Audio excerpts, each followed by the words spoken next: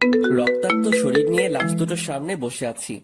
লাশ দুটো আমার দিকে ভয়ানক দৃষ্টিতে তাকিয়ে আছে। মনে হয় যেন তারা আমায় আস্ত গিলে খাবে, কিন্তু ঘটেছে তার উল্টো। আমি তাদেরকে গিলে খেয়ে নিয়েছি। ঠিক তখনই আরাফাত আরো বেশ কয়েকজন ছেলে পেলে চলে আসে। ভাই, আপনার শরীরের এই অবস্থা কেন? আর লাশ দুটো সামনে পড়ে আছে যে, এরা কারা? আরাফাত, এরা আমায় মারতে এসেছিল, কিন্তু তারা এটা জানে না যে যাকে তারা মারতে এসেছে সে একটা ভয়ঙ্কর নরপিশাচ। ওই বরাবরের মতন এই হলো, আমায় মারতে এসে নিজের প্রাণ হারালো। আচ্ছা শোন, লাশ দুটোকে গুম করে ফেল, এদের অস্তিত্ব সহ যেন কেউ কোনোদিন খুঁজে না পায়। আচ্ছা ভাই, আপনি সেসব নিয়ে একদম টেনশন করবেন না। আমরা লাশ দুটোকে জায়গা মতো দাফন করে দিব। কেউ আর কোনোদিন তাদের খোঁজও পাবে না। আর ভাই, আপনি এবার গিয়ে রক্তমাখা শরীরটা ধুয়ে ফেলুন। আচ্ছা, আমি গেলাম, তোরা এদিকটা সামলে ফেল। তারপর সেখান থেকে বাসায় চলে এলাম। বাসায় এসে ওয়াশরুমে ঢুকে নিজেকে ধুয়ে মুছে হায়না থেকে মানুষের রূপে ফিরিয়ে আনলাম। রাত বাজে 11টা। বাসায় আমি ছাড়া আর কেউ নেই, আর থাকবেই বা কি করে? আমার তো পরিবার বলতে কেউ নেই, তাই একা বাসা নিয়েই থাকি। তারপর ফ্রেশ হয়ে এসে শুয়ে পড়লাম। খাওয়া দাওয়ার কোনো মুড নেই আজকে, কারণ যেদিনই কাউকে দুনিয়া থেকে বিতাড়িত করি সেদিনই খাওয়ার মুড থাকে না, তাই সেভাবেই ঘুমিয়ে পড়লাম। পরের দিন সকালবেলায় ঘুম থেকে উঠে রেডি হয়ে নিলাম, কারণ কলেজে যেতে হবে। ও হ্যাঁ, আমার পরিচয় তো দেওয়াই হয়নি। চলেন কলেজে যেতে যেতে সংক্ষিপ্ত করে পরিচয়টা দিয়ে দেই। আমি আকাশ মাহমুদ, সেটা তো কারোর অজানা নয়। পড়ালেখা অনার্স শেষ বর্ষ। পরিবার বলতে কেউ নেই, ছোটকাল থেকেই এতিমখানায় বড় হয়েছি। বাকি সমস্ত কিছু গল্পের সাথে থাকলে জানতে পারবেন। আপনাদের সাথে কথা বলতে বলতে কলেজে এসে পৌঁছেছি। আমি কলেজের গেট দিয়ে প্রবেশ করতেই সবাই আমাকে দেখে মাথা নিচু করে ফেলে, কারণ তারা সবাই আমাকে ভালো করে চিনে।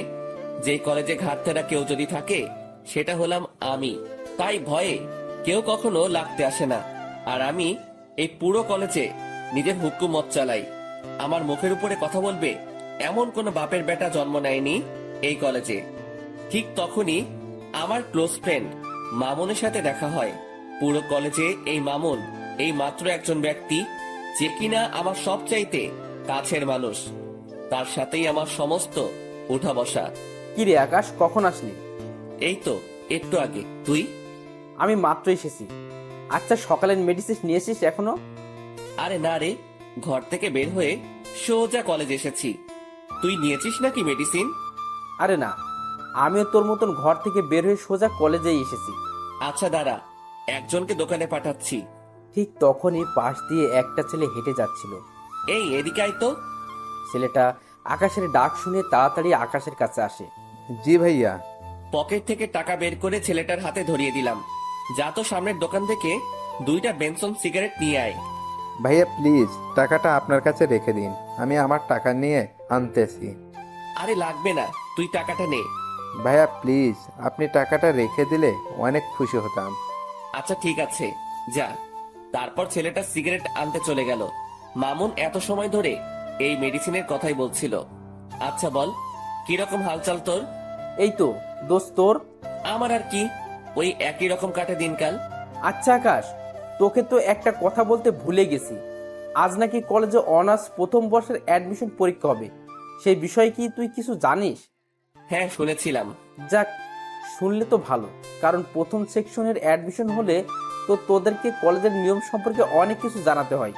সিনিয়রদেরকে রেসপেক্ট করার বিষয় সম্পর্কেও তাদেরকে অবগত করতে হয়। মামুন, তুই মনে হয় এখনো সেই পুরনো দিনে পড়ে আছিস। শোন, তোকে একটা কথা বলি, কলেজে অ্যাডমিশন নিলেই বাকিদের মুখে আমাদের সম্পর্কে জেনে যাবে তারা। নিজেদের নাম ডাক ঢোল বাজিয়ে ওদেরকে জানানোর কোনো প্রয়োজন নেই। হ্যাঁ ঠিক বলেছিস। আসলে জিনিসটা আমার মাথায় ঘুরপাক খাচ্ছিল, কারণ গতবার নেতা মুজিবের ছোট ভাই এইসব নিয়ে কত ঝামেলাই না করলো। থাক, বাদ দে এখন ওসব কথা। ছোট ভাই সিগারেট নিয়ে এসেছে। এই যে ভাইয়া, আপনাদের সিগারেট। ধন্যবাদ ভাইয়া তোকে। আচ্ছা, কোনো সমস্যা হচ্ছে তোর কলেজে? ভাইয়া, একটা ছেলের সাথে একটা কথা নিয়ে বাড়াবাড়ি হয়েছে। সে আমাকে মারার হুমকি দিছিল। কোন ডিপার্টমেন্টের সে?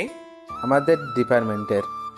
এখন সোজা গিয়ে ওরে বলবি আকাশ ভাই তোরে ডাকতেছে, ওরে সাথে নিয়ে তুই সহ এখানে আসবি। আচ্ছা ভাইয়া। আমি আর মামুন বসে বসে আড্ডা দিচ্ছি। একটু পর ছেলেটা তার ডিপার্টমেন্টের ছেলেটাকে সঙ্গে করে নিয়ে আসে আমার কাছে। ছেলেটা মাথা নিচু করে দাঁড়ায় আছে। কিরে, তুই নাকি ওরে মারবি বলে হুমকি দিছিস? ছেলেটা চুপচাপ দাঁড়িয়ে আছে আকাশের সামনে। কিরে, কথা বলস না কেন? আমি যে তোকে কিছু জিজ্ঞেস করেছি সেটা কি তোর কানে যায় নাই? ভাই হ্যাঁ দিছিলাম হুমকি। ছেলেটার কথা শুনে রাগ উঠে গেল। আমি কলেজে থাকতে একজন আরেকজনকে মারার হুমকি দেয়। রাগটা আর কন্ট্রোল করতে পারলাম না, ঠাস করে একটা থাপ্পড় বসাই দিলাম ছেলেটার গালে। আজকের পর ওইসব চিন্তা মাথা থেকে ঝেড়ে ফেল। এই ছেলে আমার ছোট ভাইয়ের মতন, ওরে মারা তো দূরের কথা, ওসব নিয়েও যদি ভাবিস তাহলে সোজা উপরের টিকিট কাইটটা হাতে ধরাই দিব। ভাই আমার ভুল হয়ে গিয়েছে, আজকের পর কোনোদিন ওর সাথে ভেজাল করব না। শুধু ওর সাথে কেন, কারোর সাথেই করব না। হয়েছে, যা এবার ক্লাসে যা। আর ভাইয়া শোন, এই ছেলে যদি নেক্সট টাইম কোনো ধরনের কোনো কিছু করে তাহলে সোজা আয়শা আমারে বলবি। শুধু সে না, পুরো কলেজের কেউ যদি তোর সাথে আয়শা কোনো সমস্যা করে আমারে জানাবি। আর নে এই টাকাটা, বলে ছেলেটার হাতে একটা 100 টাকার নোট গুজে দিলাম। তুই আরেকদিন সিগারেট খাওয়াস, কিন্তু আজ যদি তোরে টাকা না দেই সেটা এক ধরনের ঘুষ হয়ে যাবে। তাই টাকাটা দিয়ে দিলাম, যা এবার মন দিয়ে ক্লাস কর। আচ্ছা ভাইয়া। ছেলেটা চলে গেল। আমি আর মামুন আবার কথা বলায় ব্যস্ত হয়ে গেলাম। আজও ক্লাস করব না। আমরা প্রায় সময় ক্লাস না করে দুজন কলেজের বাহিরে বসে আড্ডা দেই। দুজন মিলে আড্ডা দিচ্ছিলাম। ঠিক তখনই কলেজের ফার্স্ট ইয়ার অ্যাডমিশনের জন্য মানুষ আসা শুরু হয়ে গেল। সবাই নিজের গার্ডিয়ান নিয়ে এসেছে। অ্যাডমিশনের ইয়া লম্বা সিরিয়াল লেগে গেছে প্রিন্সিপালের রুমের বাহিরে। সবাই কিন্তু অনলাইনেই অ্যাপ্লাই করেছে, কিন্তু আজ আসার কারণ হলো প্রথম দিনের ফর্মালিটিস পূরণ করা। প্রিন্সিপালই আজকে সবাইকে দেখা করতে বলেছে। আমরা তাদের দিকে খেয়াল না করে নিজেদের মতন আড্ডা দিচ্ছি। আড্ডা দিতে দিতে হঠাৎই নজর পড়লো একটা মেয়ের দিকে, যে কিনা ধবধবে একটা সাদা জামা পরিধান করে গুটি গুটি পায়ে হেঁটে প্রিন্সিপালের রুমের সামনে গিয়ে দাঁড়ালো, যেখানে সবাই দাঁড়িয়ে অপেক্ষা করছে প্রিন্সিপালের সাথে দেখা করার জন্য। মেয়েটাকে দেখে আমার ধ্যান তার দিকে আটকে গিয়েছে। কিরে, এই মেয়েটাকে তো আগে কখনো কলেজে দেখিনি। নতুন বর্ষে হয়তো অ্যাডমিশন নিতে এসেছে সে, কিন্তু তার গার্ডিয়ান কোথায়? সবাই নিজের গার্ডিয়ান নিয়ে এসেছে, কিন্তু সে একাই কেন এলো? হাজারটা প্রশ্ন ঘুরপাক খাচ্ছে মেয়েটাকে নিয়ে। তখনই মামুন আমায় ধাক্কা দিল হাত দিয়ে। কিরে, কোন দুনিয়ায় হারিয়ে গেলি? দোস্ত, দেখ তো মেয়েটাকে। হ্যাঁ সুন্দর আছে রে মামা। শুধু কি সুন্দর নাকি, আমার কাছে তো হুড়পড়ি লাগছে। এই ওয়েট, আকাশ কিরে মামা, তুই এসব কি বলছিস? তোর মুখে তো আগে কোনদিন কোনো মেয়ের প্রশংসা করতে শুনিনি। কাহিনীটা কিরে? আরে সেসব কিছু না। আর তাছাড়া সুন্দর মানুষ তো সুন্দর বলে প্রশংসা করবে না তো কি করব? মামা, আমায় কাহিনী শিখাতেই শোনা। পানি আমিও গুলে খেতে পারি। দূর বেটা। আচ্ছা ছাড় এখন সব কথা। আচ্ছা যা ছেড়ে দিলাম, কিন্তু একটা কথা না বললেই নয়, যে মেয়েটাকে কিন্তু তোর সাথে হেব্বি মানাবে। সত্যি বলছিস? হ্যাঁ।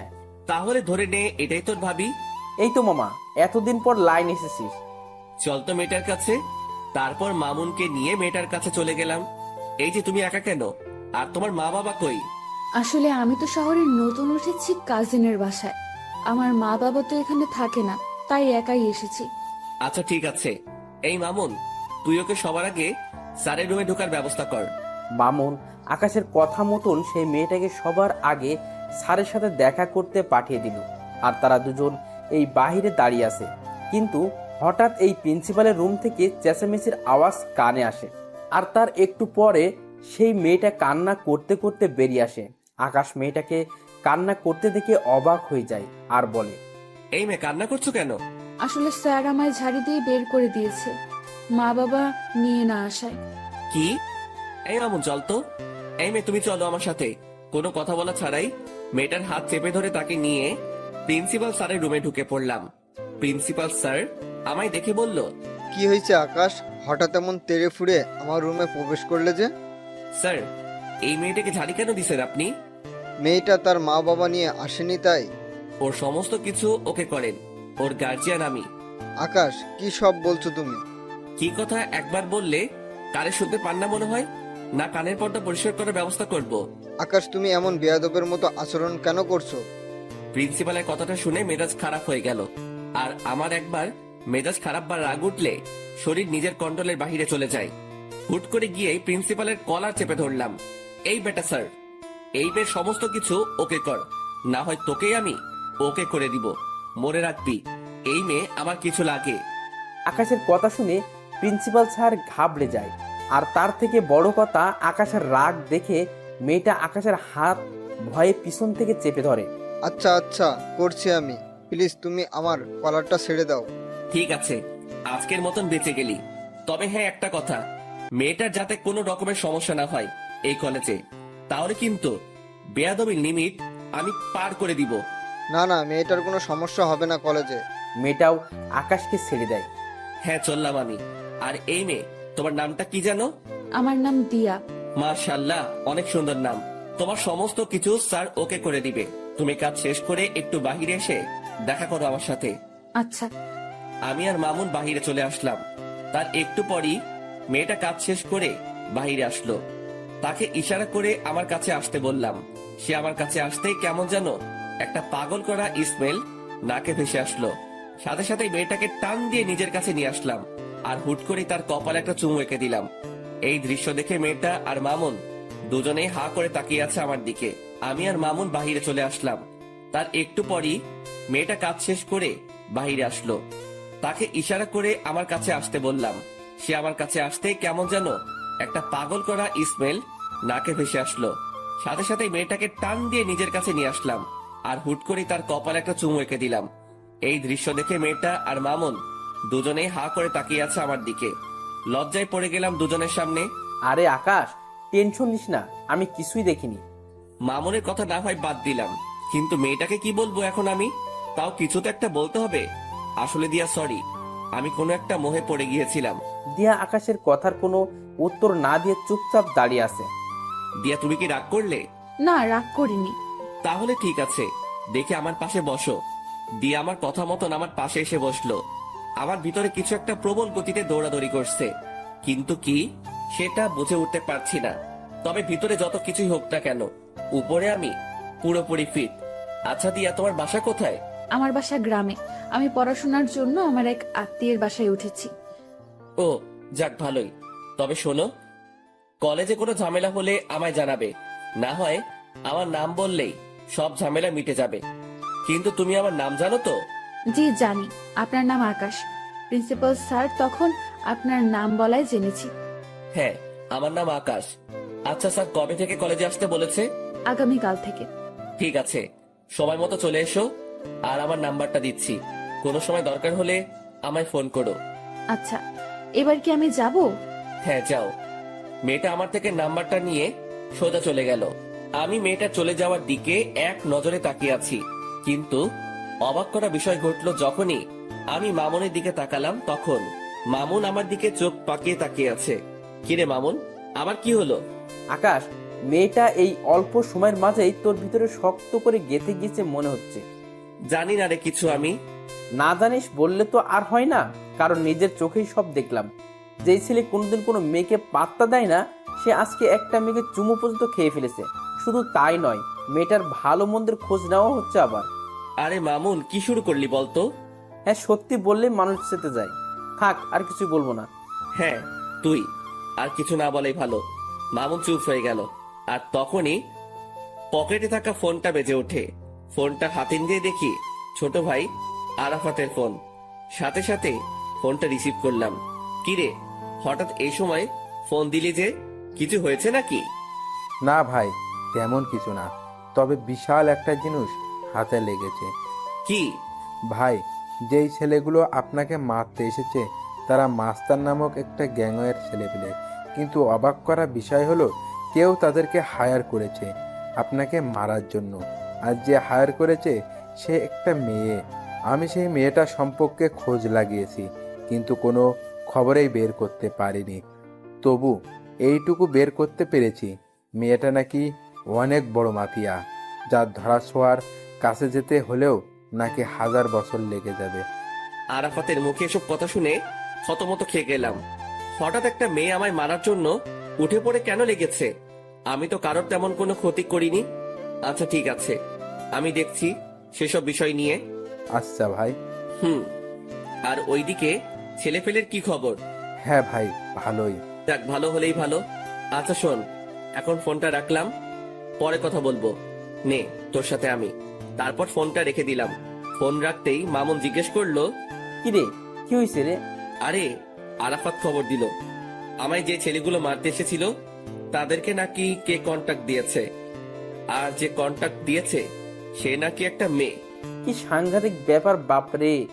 আচ্ছা বাদ দে এখন ওসব কথা, আর চল এখান থেকে যাওয়া যাক। হ্যাঁ চল, আমি বাসায় যাব। তারপর দুজন সেখান থেকে উঠে গেলাম। দুজনেই দুজনের বাসার জন্য রওনা হয়েছি। দেখতে দেখতে বাসায় পৌঁছে গেলাম। বাসায় এসে কিছু কাপড় চোপড় অপরিষ্কার ছিল, সেসব ধুয়ে মুছে শুকাতে দিলাম। তারপর খেয়ে দিয়ে ঘুমিয়ে পড়লাম। বিকেল বেলায় ঘুম থেকে উঠে কাপড়গুলো এনে লন্ড্রিতে পাঠিয়ে দিলাম। এমন টুকিটাকি কাজ করতে করতে দিনটা কেটে গেল। পরের দিন সকালবেলায় ঘুম থেকে উঠে রেডি হয়ে কলেজের উদ্দেশ্যে রওনা হব। তখনই থানার ওসি ফোন দিল আমায়। আকাশ ভাই, আপনি একটু আর্জেন্ট থানায় এসে দেখা করুন, আপনার সাথে জরুরি কিছু কথা ছিল। আচ্ছা স্যার, আজকে কলেজ শেষ, তাই আবার বাসায় ঢুকে ব্যাগটা রেখে ঘরটা তালা দিয়ে বের হয়ে গেলাম। তারপর সোজা থানার পথে রওনা হলাম। হঠাৎই মাথায় এলো দিয়া আজ কলেজে আসবে, আর আজকেই তার প্রথম দিন। তাড়াতাড়ি মামুনকে ফোন দিলাম। হ্যাঁ দোস্ত বল। আজ হয়তো কলেজে আসা হবে না, তুই একটু দিয়াকে দেখে শুনে রাখিস, কারণ আজকে তার প্রথম দিন, তার যাতে কোনো ধরনের কোনো সমস্যা না হয়। আচ্ছা তুই সেসব নিয়ে চিন্তা করিস না, আমি কলেজের সামনেই আছি, আমি সবটা দেখছি। মামুনের সাথে কথা বলে আকাশ ফোন রেখে দেয়। আকাশ থানার উদ্দেশ্যে রওনা হয়, আর এদিকে মামুন দিয়ার জন্য অপেক্ষা করছে। দিয়া আসতেই মামুন তাকে কলেজের ভিতর দিয়ে আসে আর সবাইকে কড়াভাবে বলে দেয় যে দিয়াকে যেন কেউ কোনো ধরনের বিরক্ত না করে, কারণ সে আকাশের কলিজা। মামুনের মুখে এমন কথা শুনে সবাই অবাক হয়ে যায়, কারণ তারা কেউ মামুনকে চিনেই না। তখন মামুন আবার বলে, কথাটা একবার বলেছি, এই একবারেই যেন সবার কানে ঢোকে, না হয় পরের বার শোনার জন্য কেউ আর সেই অবস্থা থাকবে না। মামুনের কথায় সবাই বিষয়টাকে নিজের ভিতরে ফিট করে নেয় যে এই মেয়েকে কোনো রকম প্যারা দিলে জীবন হারাতে হবে, কারণ যেই ছেলে পুরো ক্লাসের সামনে এমন উঁচু গলায় কথা বলতে পারে সে মানুষও খুন করতে পারবে। অন্যদিকে মামুন তাদের বলে ক্লাস থেকে বের হয়ে যায়। দেখতে দেখতে সময় পার হয়ে যায়। আকাশ থানার ওসির সাথে এখনো বসে বসে কি যেন জরুরি কথা বলছে। ঠিক তখনই দিয়ার নাম্বার থেকে আকাশের কাছে ফোন আসে। সে দিয়ার ফোন থেকে চমকে ওঠে। কিরে, হঠাৎ কি কারণে দিয়া ফোন দিল? না, ফোনটা রিসিভ করি। ফোনটা রিসিভ করতে অপর পাশ থেকে দিয়ার কান্নার আওয়াজ ভেসে আসলো। ফোনের অপর পাশ থেকে দিয়ার কান্নার আওয়াজ শুনে কলিজাটা মোচড় দিয়ে ওঠে। এই দিয়া, কি হয়েছে? আপনি কোথায়? তাড়াতাড়ি কলেজে আসেন, আমার আপনাকে প্রয়োজন। আচ্ছা আসছি, কিন্তু কি হয়েছে সেটা তো বলবে। ব্রেকের সময় আমি কলেজ থেকে একটু বের হয়েছিলাম, তখনই হুট করে কোথা থেকে যেন একটা ছেলে আসে আর আমার সাথে অসভ্যতামি শুরু করে। শুধু তাই নয়, সেখানে একটা ছেলে আমার ওড়নায় টান দিয়ে ধরে বলে আমার শরীর নাকি তার চাই। দিয়ার মুখে এই সমস্ত কথা শুনে পায়ের রক্ত মাথায় উঠে যায়। সাথে সাথে ওসির সামনে থেকে উঠে হাঁটা দিলাম। আকাশ ভাই, কোথায় যাচ্ছেন আপনি? স্যার, আমার একটা জরুরি কাজ পড়ে গেছে, আমি আপনার সাথে পরে কথা বলবো এই বিষয়ে। সাথে সাথে ওসি স্যারের সেখান থেকে বের হয়ে জলদি কলেজের উদ্দেশ্যে রওনা হলাম। আর যেতে যেতে মামুনকে ফোন দিলাম। হ্যালো মামুন। আরে আকাশ, আমি এখনই তোকে ফোন দিতাম, দিয়াকে নাকি কিছু ছেলে উত্ত্যক্ত করছে কলেজের বাইরে। তো তুই কোথায় ছিলি? আরে তুই তো জানিসই, এই যে তুই কলেজে না থাকলে আমার ভালো লাগে না, তাই আমি দিয়াকে তার ক্লাসে ঢুকে দিয়ে সবাইকে তার বিষয়ে বলে দিয়েছি। পরে আমি কলেজ থেকে বের হয়ে যাই, আর কলেজ থেকে বের হওয়ার আগে একটা ছোট ভাইকে বলেও দিয়েছে এসেছিলাম যাতে করে দিয়ার কোনো সমস্যা না হয়, আর সেই আমাকে ফোন দিয়ে সেই সব ছেলের কথা বললো। আচ্ছা, তুই যেখানে আছিস না কেন তাড়াতাড়ি কলেজে আয়, আমিও আসছি। তারপর ফোনটা রেখে দিয়ে সোজা কলেজে পৌঁছাতে দেখি মামুনও গাড়ি থেকে নামছে মাত্র। তাড়াতাড়ি গাড়ি থেকে নেমে মামুনকে নিয়ে কলেজের ভিতরে চলে গেলাম। ঠিক তখনই মামুনের ঠিক করা সেই ছোট্ট ভাইটা এসে বলল, ভাইয়া, ছেলেগুলো নাকি আপুর সাথে অনেক অসভ্যতম করেছে।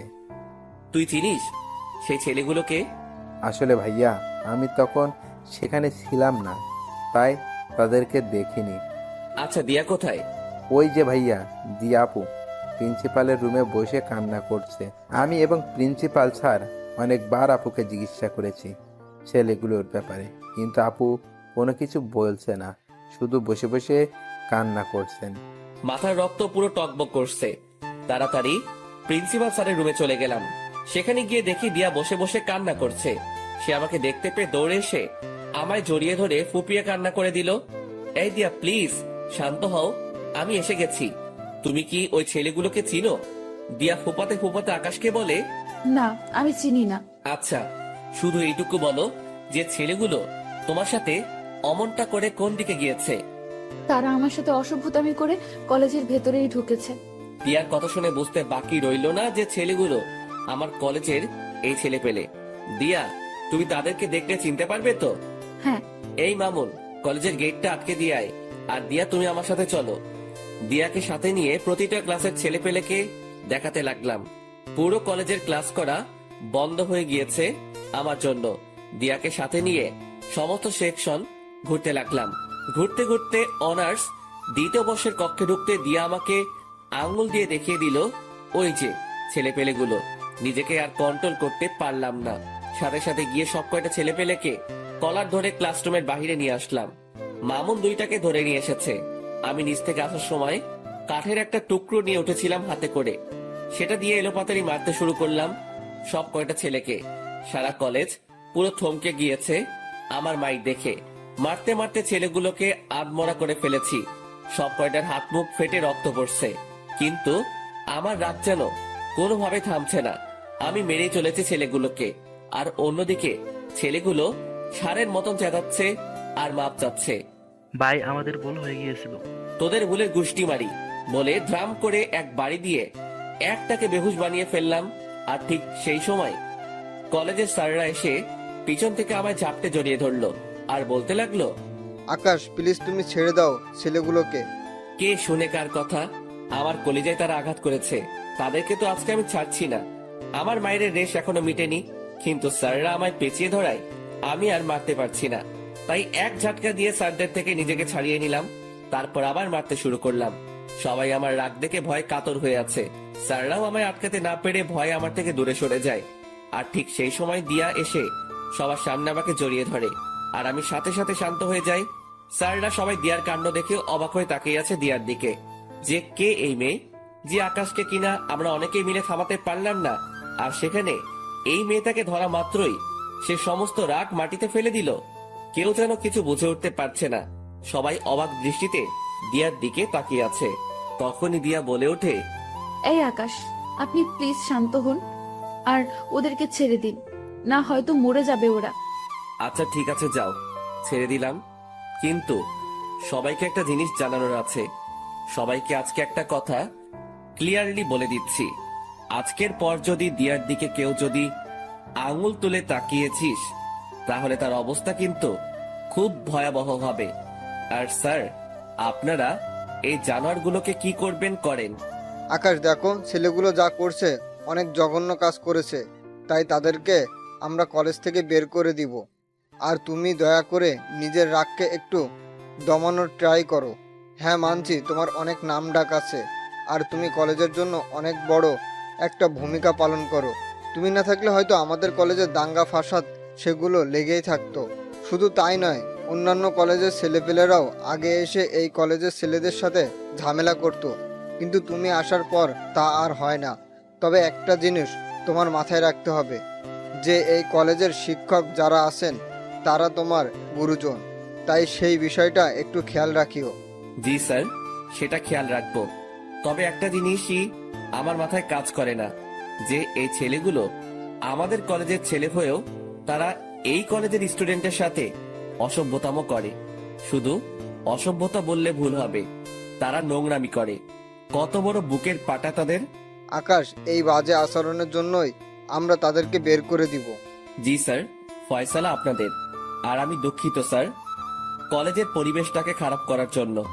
আপনারা প্লিজ আবার ক্লাস নেওয়া শুরু করেন। আর স্টুডেন্ট ভাইরা সবাই যে যার ক্লাসে চলে যান। আমার কথা শুনে সবাই সবার মতন ক্লাসে চলে গেল, কিন্তু দিয়া আমার সাথে দাঁড়িয়ে আছে। এই দিয়া, ক্লাস করবে না তুমি? না, আমি ক্লাস করব না। তো কি করবে? আপনার সাথে থাকবো আর গল্প করব। আচ্ছা ঠিক আছে। তারপর দিয়াকে নিয়ে নিচে চলে গেলাম। নিচে বলতে আমি আর মামুন রোজ যেখানে বসে আড্ডা দেই সেখানে নিয়ে গেলাম দিয়াকে। দিয়া আমার কাঁধে মাথা রেখে চুপচাপ আমার পাশে বসে আছে। আমার ভিতরে কেমন যেন এক ধরনের তুফান বইছে। একটু আগে দিয়ার জন্য ছেলেগুলোকে কি মারটাই না মারলাম। নিজেকে প্রেমিক পুরুষ মনে হচ্ছে। তবে যাই হই হব, আগে মেডিসিন খেয়ে নেই। মামুন, সিগারেট দে তো, থাকলে একটা। এখন সিগারেট খাবি তুই? হ্যাঁ, কোনো সমস্যা? না, এই নে সিগারেট, আর আমি একটু আসছি। মামুন পকেট থেকে সিগারেট বের করে দিয়ে কোথায় জানি গেল, আর আমি সেটা হাতে নিয়ে জ্বালিয়ে টানতে শুরু করলাম। কিন্তু হঠাৎই লক্ষ্য করলাম দিয়া আমার ঘাড়ে নিজের উষ্ণ ঠোঁটের জোড়া দিয়ে স্পর্শ করছে। দিয়ার এমন আচরণ দেখে কাঁপাকাঁপি শুরু হয়ে গেল আমার, কারণ এই জীবনের প্রথম কেউ আমার শরীরে স্পর্শ করেছে। সে এবার আমার কাঁপুনি আরো বাড়িয়ে দিল। সে এবার আমার ঘাড়ে চুমু খাওয়া আরম্ভ করে। দিয়া, কি করছো? আপনার সিগারেটের ধোঁয়ায় আমার অনেক সমস্যা হচ্ছে, তাই সমস্যা দূর করতে আমি ওই কাজ করছি। মানে কি দিয়া? মানে হলো আপনার ওই সিগারেটের ধোঁয়া আমাকে যন্ত্রণা দিচ্ছে, তাই আমি সেই যন্ত্রণা থেকে মুক্তি পেতে আপনার ঘাড়ে স্পর্শ করছি। এতে করে আপনার শরীরের স্মেলটা নাকে আসছে, আর সিগারেটের ধোঁয়াটা তার মতন হাওয়ায় ভেসে ভেসে চলে যাচ্ছে। দিয়ার কথা শুনে হা হয়ে গেলাম। মেয়েটা সত্যি আসলে আস্ত একটা পাগলি। তাড়াতাড়ি সিগারেটটা হাত থেকে ফেলে দিয়ে দু হাত দিয়ে তাকে জড়িয়ে ধরলাম। সেও আমায় জড়িয়ে ধরেছে নিজের হাত দুটো দিয়ে। তারপর তাকে জড়িয়ে ধরে তার ঠোঁট জোড়াগুলো নিজের করে নিলাম। তৎক্ষণাৎ মনে পড়ল আমি কলেজের গণ্ডিতে দাঁড়িয়ে আছি। সাথে সাথে দিয়াকে ছেড়ে দিলাম। আর ঠিক সেই সময় মামুন আমাদের দিকেই আসে। কিরে, কোথায় গিয়েছিলি? আরে, বাইরে গিয়েছিলাম একটু। আচ্ছা শোন না, নতুন যারা অ্যাডমিশন নিয়েছে সেখান থেকে একটা মেয়েকে আমার বেশ ভালো লেগেছে রে। এই যে দেখ, দূর থেকে মেয়েটার একটা ছবিও তুলে এনেছি। কই দেখি, দেখা। মামুন ফোনটা এগিয়ে দিয়ে সেই মেয়েটাকে দেখাচ্ছে। বাহ, মাশাআল্লাহ, সুন্দর তো মেয়েটা। দোস্ত, এখন কি করবো বলতো? কি করবি আর? ভালো লাগলে প্রপোজ করবি। কি বলছিস এসব? তো কি করবি তুই? তোর কি অন্য কোনো প্ল্যান আছে নাকি? আরে না না, দূর। তাহলে যেটা বলেছি সেটাই কর। আর তবে আগে একটু ভালো করে দেখে শুনে নে, পরে গিয়ে প্রপোজ করিস। আর দরকার হয় দিয়া তোকে সাহায্য করবে এই বিষয়ে। আমাকে তো দেখালেন না মেয়েটাকে, তাহলে কিভাবে সাহায্য করব? আচ্ছা নাও দেখো তুমি। মামুন ফোনটা এগিয়ে দিয়ে মেয়েটার পিকটা দিয়াকে দেখালো।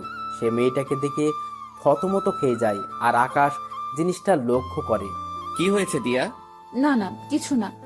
তো মুখের বুলি বন্ধ হয়ে গেল কেন? কই মুখের বলি বন্ধ হয়েছে আমার তো দিব্যি কথা বলছি। আচ্ছা, তাহলে বলো মেয়েটা কেমন দেখতে, আর মামুনের সাথে মানাবে কিনা? মোটামুটি সুন্দরী, আর মামুন ভাইয়ের সাথে মানাবে বলতে রংঠং দেখে তো মনে হচ্ছে মানাবে, কিন্তু পরে কি হয় কে জানে। পরে কি হবে মানে বুঝলাম না।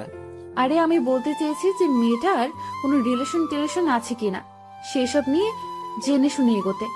ও হ্যাঁ, মামুন তুই সেসব বিষয় জেনে এগোবি। আচ্ছা আচ্ছা চল এবার উঠা যাক।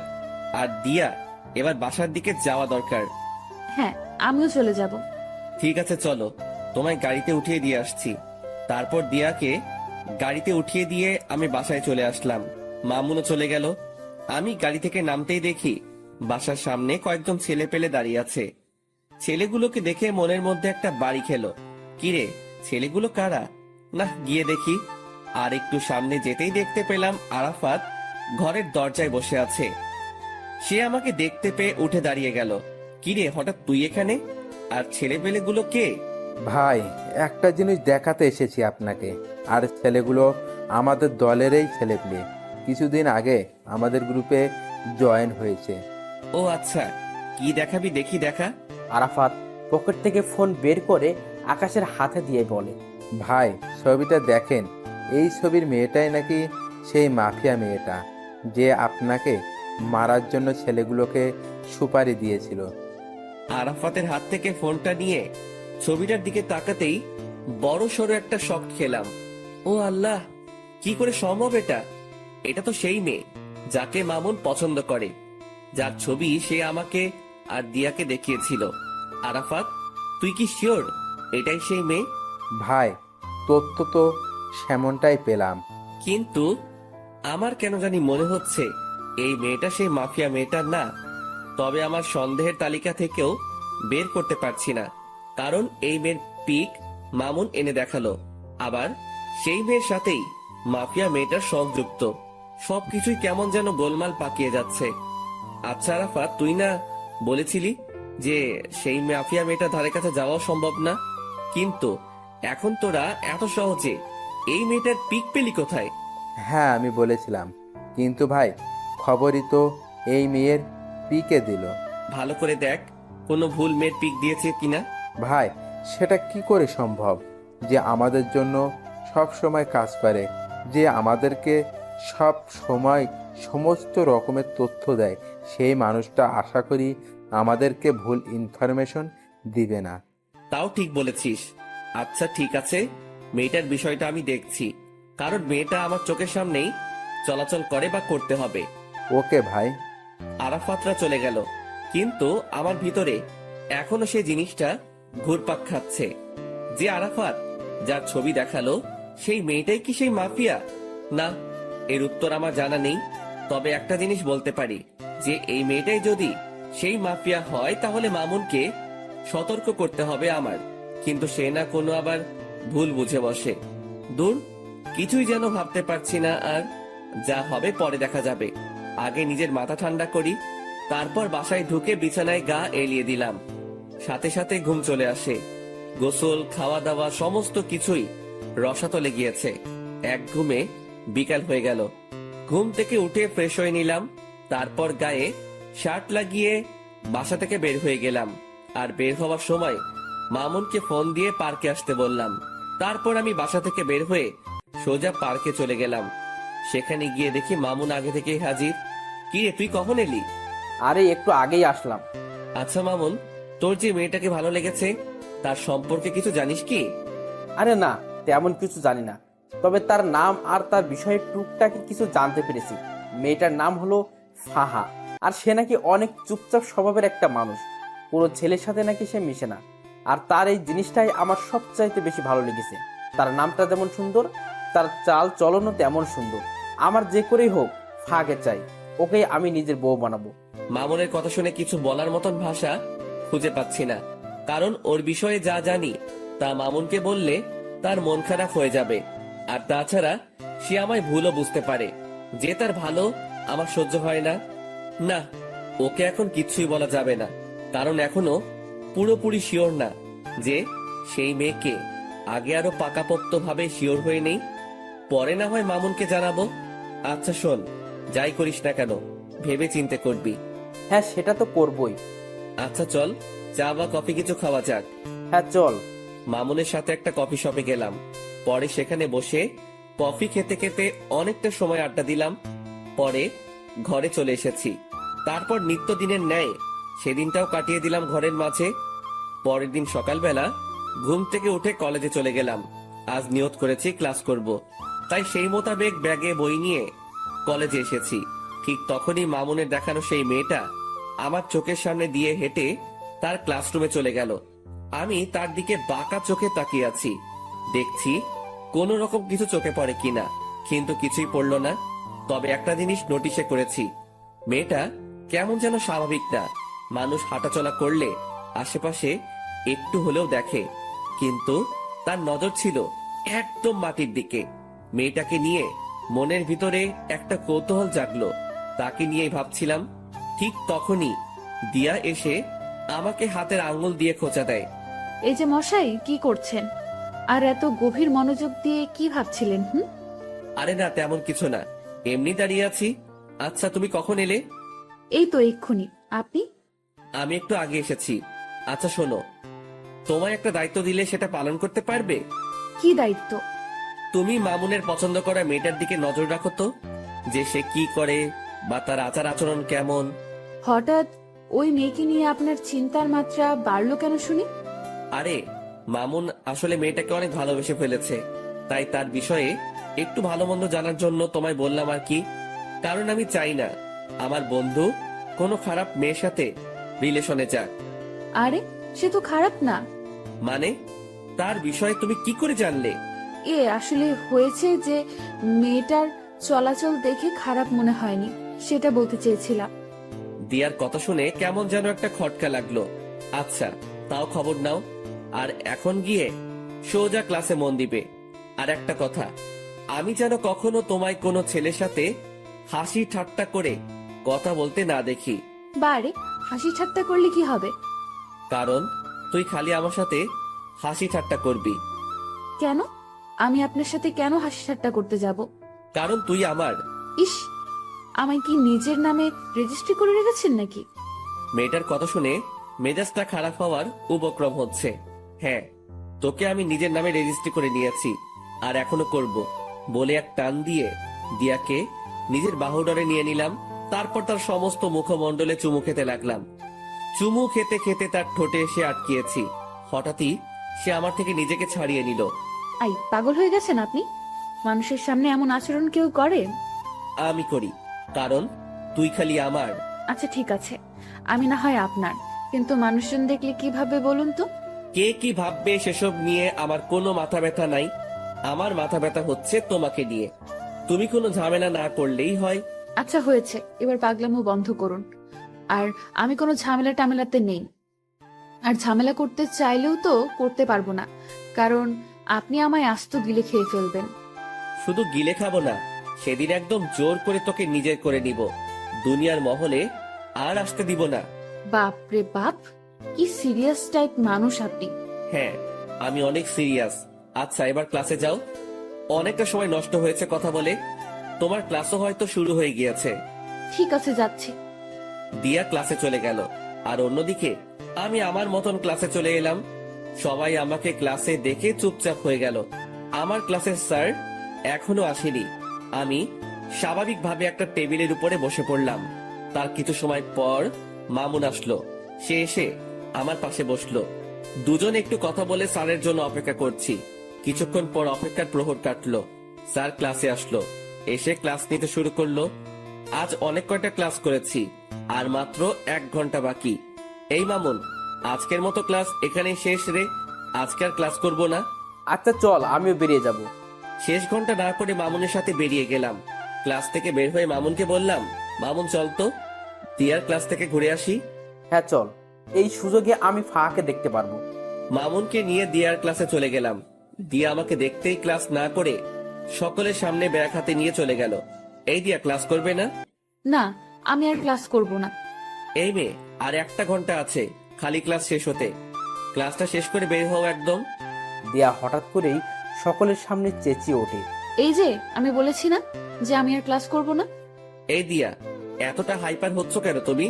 কারণ আমার এখন আর ক্লাস করতে ইচ্ছে করছে না, কিন্তু আপনি আমাকে ক্লাস করতে জোর করছেন, তাই হাইপার হয়েছি।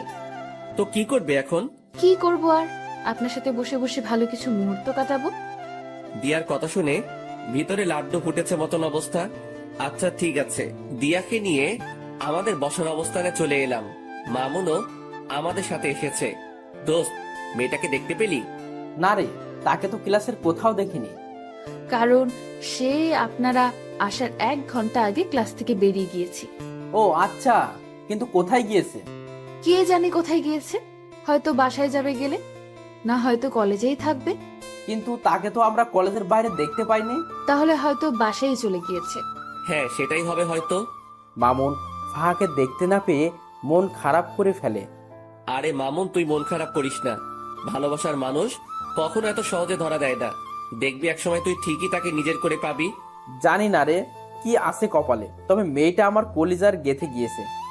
মামুনকে কি বলে সান্ত্বনা দিব জানি না, তবে মন থেকে খালি দোয়া এটাই করি যে সেই মেয়েটা যেন ভালো হয়, আর মামুনের সাথে যেন তার সমস্ত কিছুই সঠিকভাবে হয়। কিন্তু বর্তমানে মামুনের চেহারাটা পুরো আধার হয়ে আছে। ওকে সান্ত্বনা দেওয়ার মতন ভাষা খুঁজে পাচ্ছি না।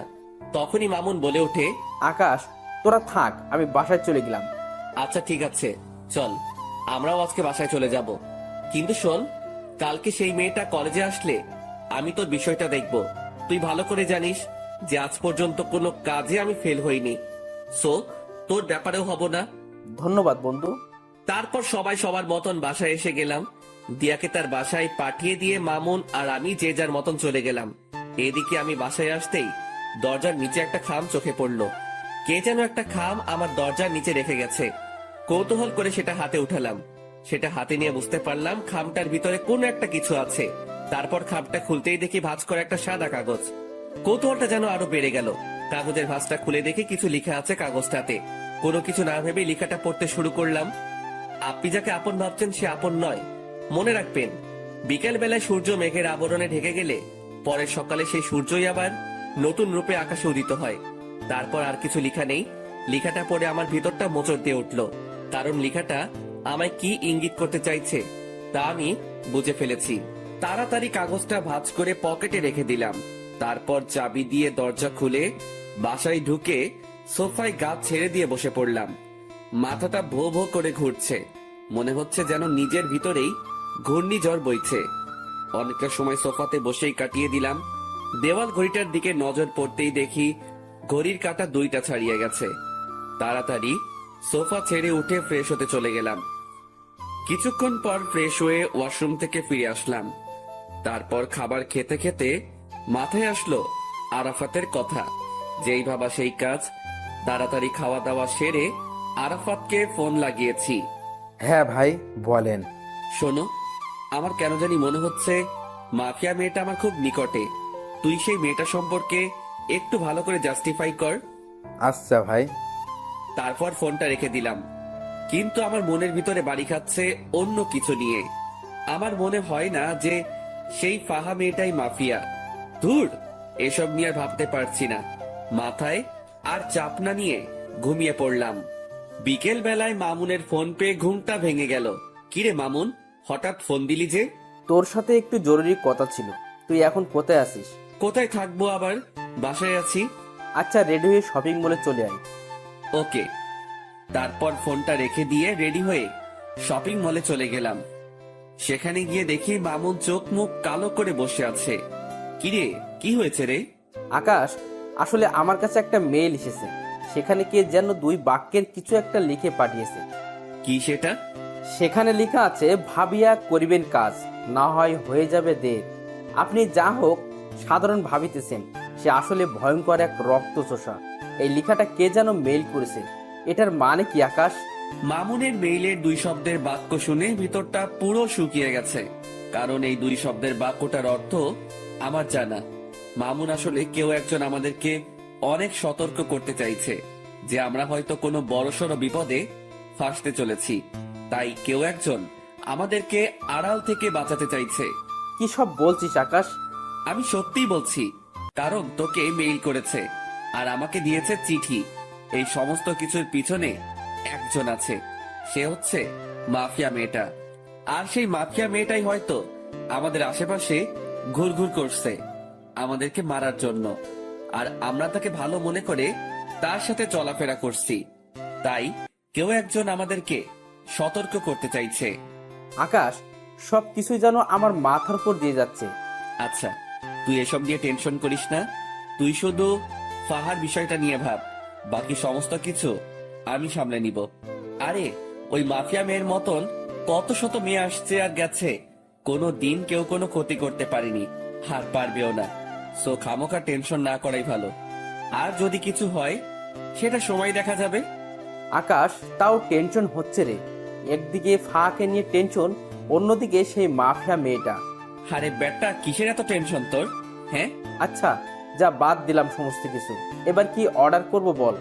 যা খুশি কর। আচ্ছা। মামুন তার নিজের মতন খাবার অর্ডার করলো। তারপর দুজন মিলে খেয়ে দিয়ে অনেকটা সময় আড্ডা দিলাম। রাত বাজে 8টা। তারপর সেখান থেকে দুজনের মতন চলে এলাম। আমি বাসায় পৌঁছাতেই আরাফাত ফোন দিল। ভাই, অনেক বড় একটা জিনিস বের করেছি। কি? ভাই, যার ছবি দেখিয়েছি সে মাফিয়া মেয়েটা না। কেউ যেন বুঝে আমাদেরকে গোমরা করার জন্য সে মেয়ের পিক দিয়েছে। এখানে মাফিয়া মেয়েটা অন্য কেউ। ইন্না লিল্লাহ, যেটা ভেবেছিলাম সেটাই হয়েছে। আচ্ছা ঠিক আছে, তোরা মাফিয়া মেয়েটার খোঁজ লাগানো চালু রাখ, আর আমি আমার মতন কাজ চালিয়ে যাচ্ছি। আচ্ছা ভাই। তারপর ফোনটা রেখে দিলাম। পরের দিন সকালবেলায় ঘুম থেকে উঠে কলেজে চলে গেলাম। কলেজে গিয়ে দেখি দিয়া কলেজের বাহিরে দাঁড়িয়ে আছে। দিয়া, বাহিরে দাঁড়িয়ে আছো কেন? আপনার জন্যই অপেক্ষা করছিলাম। ও তাই? হুম। আচ্ছা চলো ভিতরে চলো। দিয়াকে নিয়ে কলেজের ভিতরে ঢুকে আমাদের সেই বসার প্লেসটাতে বসে পড়লাম। দিয়াকে আজ কেন জানি খুশি খুশি লাগছে, কিন্তু আমার ভিতরে সেই মেয়েটাকে নিয়ে জটলা পেকে আছে। এই যে আপনার চোখ মুখ কালো কেন? আরে না, এমনিতেই। আমার তো মনে হয় না যে এমনিতেই, আমার তো মনে হচ্ছে যে কিছু একটা হয়েছে। আরে না বললাম তো। আচ্ছা ঠিক আছে, না হলে নাই। এবার দেখি আমাকে জড়িয়ে ধরে বসুন। হঠাৎ এমন পাগলামো করার মানে? পাগলামো কোথায় করছি? হ্যাঁ, আমি আমার প্রিয় মানুষটাকে জড়িয়ে ধরতে চেয়েছি, এটাতে পাগলামো কোথায়? দিয়ার কথা শুনে মুখে তালা লেগে গেল। মেয়েটার মনেও হয়তো আমার জন্য জায়গা হয়ে গিয়েছে, কিন্তু সে স্থির নেই। সে নিজেই আমাকে জড়িয়ে ধরে কাঁধে মাথা রাখলো। ঠিক তখনই দেখি ফাহা নামক মেয়েটা আসছে, আর তার পিছনে পিছনে মামুন। দিয়া, আমায় ছাড়ো তো একটু, আমি ফাহার সাথে একটু কথা বলবো মামুনকে নিয়ে। দিয়া আমার কথা শুনে আমায় ছেড়ে দিল। আমি সেখান থেকে উঠে ফাহার কাছে চলে গেলাম। এই যে ফাহা, তোমার সাথে আমার কিছু কথা আছে। ভাইয়া, আমি জানি আপনি আমায় কি বলবেন, কিন্তু বিশ্বাস করুন আমার মনের অবস্থা ভালো নেই। কিছু একটা নিয়ে অনেক ঝামেলায় আছি। যদি কিছু মনে না করেন তাহলে কথাটা কালকে বললে হয় না? ফাহার কথা শুনে থতমত খেয়ে গেলাম। আমি কি বলতে চাইছি সেটা সে জানলো কি করে? মাথায় তো কিছুই খেলছে না। তাও নিজেকে স্বাভাবিক রেখে বললাম, আচ্ছা ঠিক আছে, কালকে বলবো। ধন্যবাদ ভাইয়া। মেয়েটা তারপর চলে গেল, আর তখনই মামুন এসে হাজির। দোস্ত, কি বলবো রে? তেমন কিছুই বলেনি, আর বলবেই বা কি করে? কারণ আমি তোর কথা তো তাকে বলিনি, কারণ তার নাকি আজ মন খারাপ, তাই সে কালকে শুনবে বলেছে আমার কথা। ও আল্লাহ জানে কি রিয়াকশন আছে ওর। মামুন, তুই নিশ্চিন্ত থাক। আর একটা জিনিস আমি লক্ষ্য করেছি, সে কিন্তু তোর বিষয়ে অলরেডি খবর পেয়ে গিয়েছে, কারণ তার হাবভাব দেখে সেটা আমি বুঝে নিয়েছি। সেটা কি করে জানলো? কি করে জেনেছে সেটা আমি জানি না, তবে সে যে জেনেছে সেটা আমি শিওর। আকাশ, এখন কি হবে আল্লাহ জানে। কি হবে আর? সে তোর বউ হবে। আকাশ, তুই ঠাট্টা করিস এখনো? ঠাট্টা না, সত্যি বললাম। সত্যি হলে তো ভালোই। আচ্ছা চল এবার ক্লাসে যাওয়া যাক। তারপর সবাই সেখান থেকে উঠে যে যার মতন ক্লাসে চলে গেলাম। আজও প্রায় অনেক কয়টা ক্লাস করেছি, তবে শেষের ঘন্টাটা করিনি।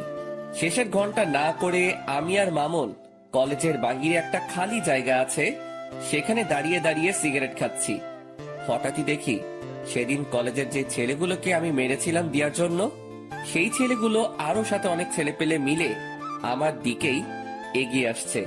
সবার হাতেই লাঠি ছোটা। ছেলেগুলোকে দেখে আমি মামুনকে বললাম, মামুন তাড়াতাড়ি জায়গা ত্যাগ কর এখান থেকে। কিন্তু কেন? কারণ এখানে একটা বড় সড়ো ঝামেলা হবে। তুই তাড়াতাড়ি জায়গা ত্যাগ কর, আমি এদিকটা দেখছি। না, আমি তোরে ছেড়ে কোথাও যাচ্ছি না, যা হবে দেখা যাবে। তুই আসলে একটা ঘাওড়া মামুন। হ্যাঁ, যা বলার বলতে পারিস। আমি মামুনকে আর কিছু না বলে তাড়াতাড়ি আরাফাতকে মেসেজ করে বলে দিলাম। অন্যদিকে ছেলে পেলে গুলো আস্তে আস্তে আমার কাছে চলে আসলো। তারা এসেই আমার আর মামুনের উপরে প্রহার করতে শুরু করে। অনেক কয়জন ছেলে পেলে তাদের, আর এদিকে আমি আর মাত্র মামুন। কিন্তু আমরাও কম না, আমরাও প্রতিহাত করতে শুরু করলাম। ঠিক সেই সময় হঠাৎ করেই ফায়ারিং এর আওয়াজ কানে আসলো। সাথে সাথে সবাই স্টপ হয়ে গেলাম। চোখ পাকিয়ে চারপাশটা দেখতে লাগলাম। চোখের সামনে কিছুই দেখতে পেলাম না, কিন্তু যেই না পিছনে ফিরেছি তখনই দেখি প্রায় শতাধিক ছেলে পেলে আমার পিছনে দাঁড়িয়ে আছে। সবার হাতে ভয়ঙ্কর ভয়ঙ্কর অস্ত্র। আমি তাদেরকে দেখে থতমত খেয়ে গেলাম, কারণ এত ছেলে পেলে তো আমার না, আর আমার হলেও আরাফাতকে তো দেখতে পাচ্ছি না। ঠিক সেই সময় তাদের ভিতর থেকে দিয়া আর ফাহা নামক মেয়েটা সামনে বেরিয়ে আসে। এই দৃশ্য দেখে পায়ের নিচ থেকে যেন মাটি সরে গিয়েছে আমার। কে এই দিয়া আর ফাহা? থ হয়ে সেই জায়গাটাতেই দাঁড়িয়ে আছি। অন্যদিকে দিয়া হাতে হকি স্টিক নিয়ে আমার দিকে এগিয়ে আসছে। দিয়ার কর্মকাণ্ড দেখে ভিতরটা যেন মরুভূমির মতন শুকিয়ে গেছে। দিয়া আকাশের দিকে এগিয়ে যাচ্ছে হাতে হকি স্টিক নিয়ে। দিয়ার কাণ্ড দেখে আকাশের 12টা অলরেডি বেজে গিয়েছে, কিন্তু তবুও সে নিজেকে স্ট্রং রাখার ট্রাই করেছে। দিয়া হকি স্টিক হাতে নিয়ে আকাশের শরীরে দ্রাম করে এক বাড়ি বসিয়ে দেয়, আর আকাশ সাথে সাথে চোখ অফ করে ফেলে। কিন্তু দিয়া বাড়িটা আকাশকে না মেরে মাটিতে মারে। আকাশ চোখ খুলতেই দেখে সে ঠিকঠাকভাবে দাঁড়িয়ে আছে, আর দিয়া তার সামনে দাঁড়িয়ে মিটমিট করে হাসছে। কিরে পাগল, ভয় পেয়েছো বুঝি? আকাশের মুখ দিয়ে কোনো কথাই বের হচ্ছে না, সে রোবটের মতন দাঁড়িয়ে আছে। আই পাগল, ভয় পাওয়ার কিছুই নেই। আমি তোমায় মারবো না, আমি মারবো তাদেরকে যারা তোমায় মারতে এসেছে। তারপর দিয়া সেই লাঠিটা নিয়ে সেই ছেলেগুলোকে উড়োধুড়ো মারতে শুরু করে। ছেলেপিলেগুলোকে দিয়ার এত বিশাল দলবল দেখে প্রতিঘাত করার মতন দুঃসাহসও করতে পারছে না। দিয়া সব কয়টা ছেলেকে মারতে মারতে তাদের অবস্থা 12টা বাজিয়ে দেয়। সব কয়টা ছেলে রক্তাক্ত অবস্থায় মাটিতে পড়ে আছে। দিয়া আজ যেন কোনো হিংস্র পশুর রূপ নিয়েছে। আর অন্যদিকে সবাই দিয়ার দিকে চোখ বড় বড় করে তাকিয়ে আছে, বিশেষ করে আকাশ, যে কিনা আগের দিয়ার সাথে এখনের দিয়াকে কোনোভাবেই মিলাতে পারছে না। সে শান্তশিষ্ট একটা মেয়ে হিসেবে দিয়াকে চিনত, আর সেই দিয়াই কিনা ভয়ঙ্কর রূপ নিয়ে সামনে চলে এলো। দিয়ার এমন রূপ দেখে তার মনের ভিতর খালি একটা জিনিস এই বাড়ি খাচ্ছে, যে এই দিয়া কে। আর ঠিক সেই সময় এই দিয়া ছেলেগুলোকে মেরে রক্তাক্ত অবস্থায় সে আকাশের সামনে দাঁড়ায়। অপরদিকে ঠিক একই সময়ে আকাশের ছেলেপিলে চলে আসে। তারপর ছেলেপিলেকে দেখে আকাশের বুকে একটু সাহস আসে, যদিও সে একা লড়াই করতে ভয় পায় না। কিন্তু এখানে তো লড়াই না, সে কারোর ভয়ঙ্কর রূপ দেখেছে। আকাশের নীরবতা দেখে দিয়া বলে ওঠে, কি হলো, এতটা ঘাবড়ে আছো কেন? দিয়া, কে তুমি? জানতে চাও কে আমি? হ্যাঁ। আমি সেই মাফিয়া যে কিনা তোমায় মারার জন্য লোক পাঠিয়েছিলাম। দিয়ার মুখে এমন কথা শুনে আকাশ থতমত খেয়ে যায়, আর অন্যদিকে আকাশের ছেলেপিলেরাও ক্ষিপ্ত হয়ে যায় দিয়ার উপরে। দিয়ার মুখে এইসব কথা শুনে আরাফাত বলে ওঠে, ভাই, এদের সব কয়টাকে আজ এখানেই মেরে দাফন করে দিব। আই ছেলে, এই ভুল ধারণা করতে যাস না। আমায় মারতে এসে উল্টো তোরাই মারা পড়বি। দিয়া, তাহলে আমার সাথে এভাবে ছলনা করার মানে কি? যদি আমাকে মারারই হতো তাহলে এভাবে ছলনা না করে আমায় মেরে ফেললেই পারতে। আই ছেলে, একদম চুপ। তোর ওই মুখে যেন আর একটা বাজে কথাও না শুনি। আর আমি এখন কি বলি সেটা মন দিয়ে শোন। হ্যাঁ, আমি তোকে মারতে চেয়েছিলাম, কারণ আন্ডারওয়ার্ল্ডের মাফিয়ার সাথে নাকি তুই বাড়াবাড়ি করেছিস। আর তাছাড়া দেশের অনেক কজন নেতাও নাকি তোর জন্য কিছু করতে পারে না, তাই তারা সবাই মিলে প্ল্যান করে তোকে মেরে ফেলার। তাই আমাকে পাঠিয়েছে তোকে মারার জন্য। কিন্তু আমি জানি যে তোর অনেক ক্ষমতা আছে, তুইও চাইলে আমার সাথে বরাবরের মতন টক্কর দিতে পারিস বা আমায় মেরেও ফেলতে পারিস ব্যতিক্রম হলে। কিন্তু আমি এমন কোনো ঝামেলাই চাই না, কারণ আমি যেদিন প্রথম কলেজে আসি সেদিন তুই আমার চোখের পানি মুছে দিয়ে আমার কপালে চুমু খেয়েছিস। আমি যেদিন এই কলেজে আসি সেদিন তুই আমার জন্য স্যারের সাথে লড়াই করেছিস। শুধু তাই নয়, তুই আমার জন্য আরো অনেক কিছুই করেছিস। তোর জন্য সেদিন আমি ন্যায় বিচার পেয়েছি। তুই আমার জন্য সেই ছেলেগুলোকে মেরেছিস। তো আমি মানুষটা তোর সাথে বেইমানি করি কি করে? তবে হ্যাঁ, আমি তো বললাম যে তোকে আমি মারতে চেয়েছি, কিন্তু সেটা তোকে না জেনে শুনে। কিন্তু আমি যখন জানতে পেরেছি যে আমার জন্য যে দুনিয়ার সমস্ত প্রকার সমস্যার মুখোমুখি হতে পারে আমি তাকে মারতে চলেছি, সেদিন আমি এই সমস্ত কিছু বাতিল করে দিই। কারণ তুই মানুষটাকে মারা আমার পক্ষে সম্ভব না, কারণ এমন একটা মানুষকে আমি কখনোই মারতে পারবো না। আর মারতে পারবো কি করে? আমিও যে তোকে ভালোবেসে ফেলেছি, আর ভালোবাসার মানুষকে কি কেউ মারে নাকি? দিয়ার কথা শুনে 1000 ভোল্টের একটা শক খেলাম। দিয়ার কথাগুলো শুনে যেন আমার সমস্ত শরীর পাথরের রূপ ধারণ করে নিয়েছে।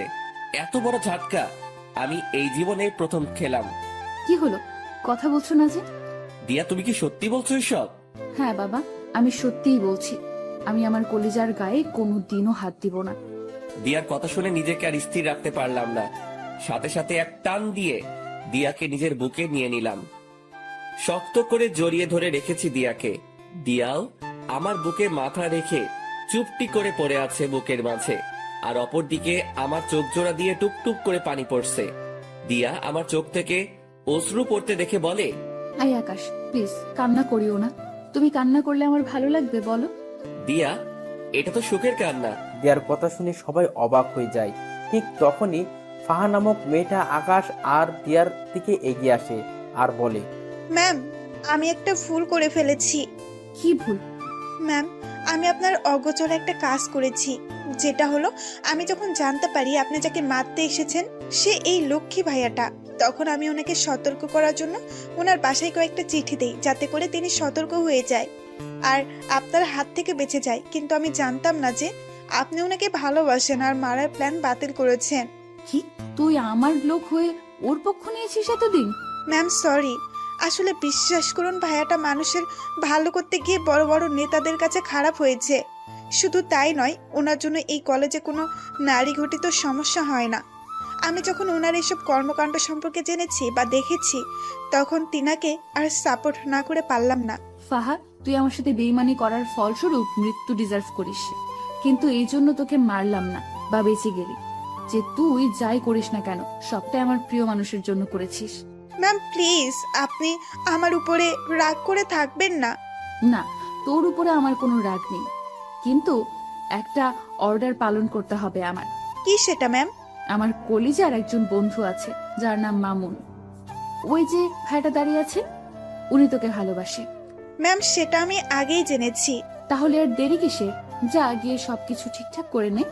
দিয়ার কথা শুনে ফাহা লজ্জায় লাল হয়ে আছে। এই যে লজ্জা পাওয়ার কিছুই নেই, যা বলেছি গিয়ে সেটা কর। আর আপনারা সবাই যে যার মতন চলে যান, যাদেরকে মেরেছি তারা এইভাবে পচে মরুক। আকাশ, তুমিও তোমার ছেলে পেলেকে চলে যেতে বলো। আচ্ছা। এই আরাফাত, তোরা সবাই চলে যা, তোদের সাথে আমার পরে কথা হবে। আচ্ছা ভাই। তারপর সবাই সবার মতন চলে যায়। আকাশের ছেলেপিলেরাও চলে যায়, আর অন্যদিকে দিয়ার কথা মতন তার লোকেরাও চলে যায়। আর এদিকে আকাশ দিয়াকে নিয়ে কলেজের ভিতরে প্রবেশ করে। তারপর তাদের বসার স্থানে গিয়ে দুজন মিলে বসে বসে গল্প করতে শুরু করে। এই যে আকাশ সাহেব, আমি না সরি, আপনাকে আমার সমস্ত সত্যি আগেই বলা উচিত ছিল। দিয়ার কথা শুনে আবারও থতমত খেয়ে গেলাম, কারণ মেয়েটা মিনিটে মিনিটে তার রূপ পরিবর্তন করছে। এই দিয়া, তুমি না একটু আগে আমায় তুই আর তুমি বলে ডাকছিলে, কিন্তু হঠাৎ করে আপনিতে চলে আসলে কেন? আরে বলেছি না যে আমি আপনার আগে সেই দিয়া হয়ে যাব, তাই আপনি করে বলছি। হ্যাঁ পাগলি মেয়ে, তার একদম কোনো দরকার নেই। হ্যাঁ, তুমি আগের মতন হয়ে যাও, কিন্তু তুমি বলেই ডাকো, কারণ তোমার মুখে আপনি থেকে তুমি শুনতেই বেশি ভালো লাগে। তাই বুঝি? তাই। আচ্ছা দিয়া, তোমার একটা কথা বলি। হ্যাঁ বলো। তুমি যে আমায় মারতে এসে মারলে না, এতে কি তোমার ক্ষতি করবে না ওরা, যারা তোমায় আমাকে মারার জন্য ঠিক করেছে? ইস, বললেই হলো নাকি? ওরা কি জানে যে আমার কলিজার কত পাওয়ার? ওরা কি জানে যে আমায় মারতে হলে তাদেরকে বিশাল একটা শক্তিশালী বটগাছ কাটতে হবে, যে বটগাছটা আমাকে ভালোবাসাতেই বেষ্টন করে রেখেছে? দিয়ার কথা শুনে শরীরটা নাড়া দিয়ে উঠলো খুশিতে। দিয়া, সত্যি তোমাকে পেয়ে আমি অনেক খুশি। আমিও তোমাকে পেয়ে অনেক খুশি। দিয়া আর আকাশ কথা বলছে নিজেদের মতন। ঠিক সেই সময় মামুন আর ফাহা মিটমিট করে হাসতে হাসতে তাদের দিকে এগিয়ে আসে। কিরে বেটা মামুন, ফাহাকে পেয়ে আজ অনেক খুশি মনে হচ্ছে? হ্যাঁ রে দোস্ত, আজকে আমি অনেক খুশি। যাক, তোর খুশিতেই আমরা খুশি। আচ্ছা আয়, সবাই মিলে একসাথে বসে আড্ডা দেই।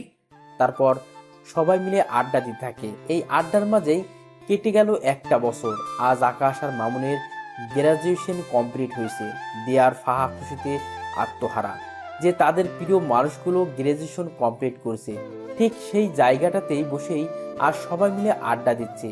এই বসাতেই আকাশ আর মামুন তাদের প্রিয় মানুষকে বিয়ে করে নেওয়ার প্ল্যান সাজিয়ে ফেলে। আগামী সপ্তাহে তাদের বিয়ে।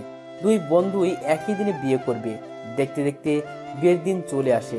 দিয়ার পরিবার থেকে তার মা আসে, যিনি কিনা দিয়ার পরিবার, তার পরিবার আর কেউ নেই। অপরদিকে ফাহার পরিবার থেকে তার মা আর মামা আসে বিয়েতে। তার পরিবারও অনেক ছোট।